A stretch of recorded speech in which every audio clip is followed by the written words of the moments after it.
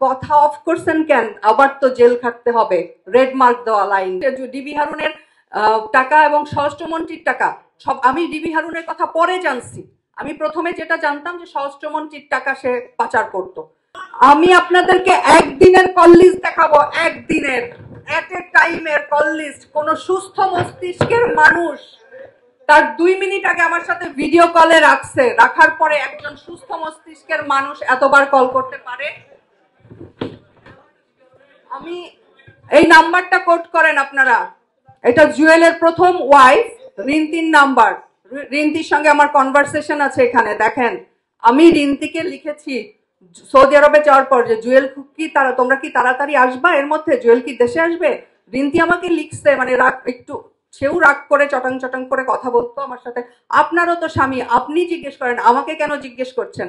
আমি বলছি আমার সঙ্গে কথা হয় না, 2 দিন ধরে আমি কথা বলি না রাগ করে।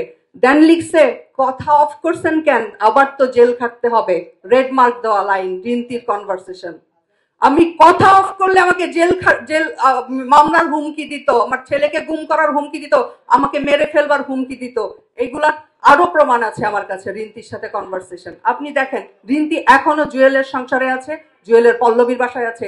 একটা সিঙ্গেল ডে এর জন্য রিন্তি কখনোই জুয়েলের কাছ থেকে সংসার থেকে যায় নাই, বাট সে স্টেটমেন্ট দিয়েছিল তার প্রথম সংসার নষ্ট হয়েছে। টোটালি মিথ্যে কথা, বিভৎস সব মিথ্যে কথা বলা হয়েছে আমার সম্পর্কে। যে মিথ্যে কথার কোনো প্রমাণ আজ পর্যন্ত আপনারা পাননি, আমি কিন্তু প্রমাণ সহ এসেছি।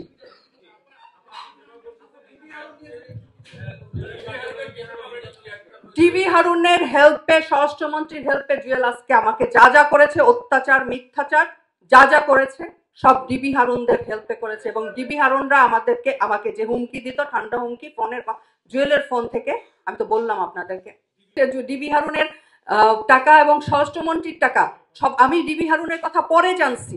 আমি প্রথমে যেটা জানতাম যে স্বরাষ্ট্রমন্ত্রীর টাকা সে পাচার করত, কিন্তু ডিবি হারুনেরটা আমি জানছি পরে। ঠিক আছে, এই যে দেখেন ডিবি হারুনের হজের ছবি, সাথে এই যে আমার হাতের এই যে নিচে যে এটা হচ্ছে জুয়েল। একজন সাংগঠনিক নেতা না, শুধুমাত্র টাকা পাচার করেই তার এত পাওয়ার, তাহলে বড় নেতাদের পাওয়ার সম্পর্কে আমাদের ধারণা করা উচিত আসলে।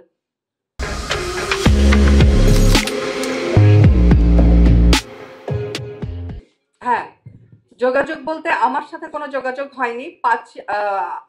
জুলাইয়ের লাস্টের দিক থেকে আমাকে, আগস্ট মাসে সে আমাকে আমার একটা সোশ্যাল মিডিয়া থেকে আমি তাকে ব্লক করি এবং সে যোগাযোগ বন্ধ করে দেয়।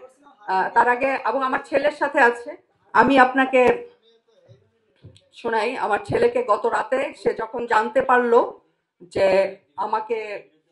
আমি সাংবাদিক সম্মেলন করব, দেন সে হচ্ছে একটু ঘাবড়ে গেছে। যে ভয়টা সে আগে পেত যে আমি লাইভে আসব, যার জন্য আমার ভাইকে মেরে ফেলার, গুম করার হুমকি দিত, আমার ছেলেকে মেরে ফেলার হুমকি দিত। তো সেই ভয়টা, এখন তো তাদের ক্ষমতাটা নাই। তো আমি আপনাকে শুনে আমার ছেলেকে বলছি, তোমরা আপোষ করলা, সেইভাবে আমি বিদেশ চলে আসলাম। তারপরে এখন তোমার আম্মু কি সাংবাদিক সম্মেলন করবে? এগুলা সাংবাদিক সম্মেলন কিসের উপরে করবে? সে কি মানে এগুলা তুমি না আমাকে বললা যে মামা আপনি টেনশন করেন না, সে কিছু করবে না, তুমি বলোনি আমাকে? এই কথাটা সে কেন বলছে যে আমি যখন আমেরিকা যাওয়ার পরে হুমকি দিচ্ছিল আমাকে, আমি যখন লাইভে আসতে চাইলাম তখন আমার ভাইকে গুম করতে চাইলো, ইভেন আমার আত্মীয় স্বজন কেউ জেল মামলা দিবে এসব ভয় দেখাইছে। তখন আমার ছেলে বলছে যে ঠিক আছে, আপনি সমস্ত গুম টুম কারোর সাথে কাউকে আর মিথ্যা মামলা টামলা দেওয়ার দরকার নাই, আম্মু লাইভে আসবে না আপাতত। এটা আমার ছেলে বলছিল, এটাই বলছে। আর কাল এটা গত রাতে পাঠাইছে আমার ছেলেকে। আমার ছেলের বয়স এখন 23 বছর। আমার সাথে কোনো সম্পর্কই ছিল না ডিবি হারুনের সাথে। জুয়েলের ফোন থেকে, জুয়েলের মাধ্যমে কথা হয়েছে এবং প্রথমবার আমি ডিবি হারুনকে দেখি যখন আমাকে রিমান্ডে আনা হয়, সামনাসামনি দেখি তখন।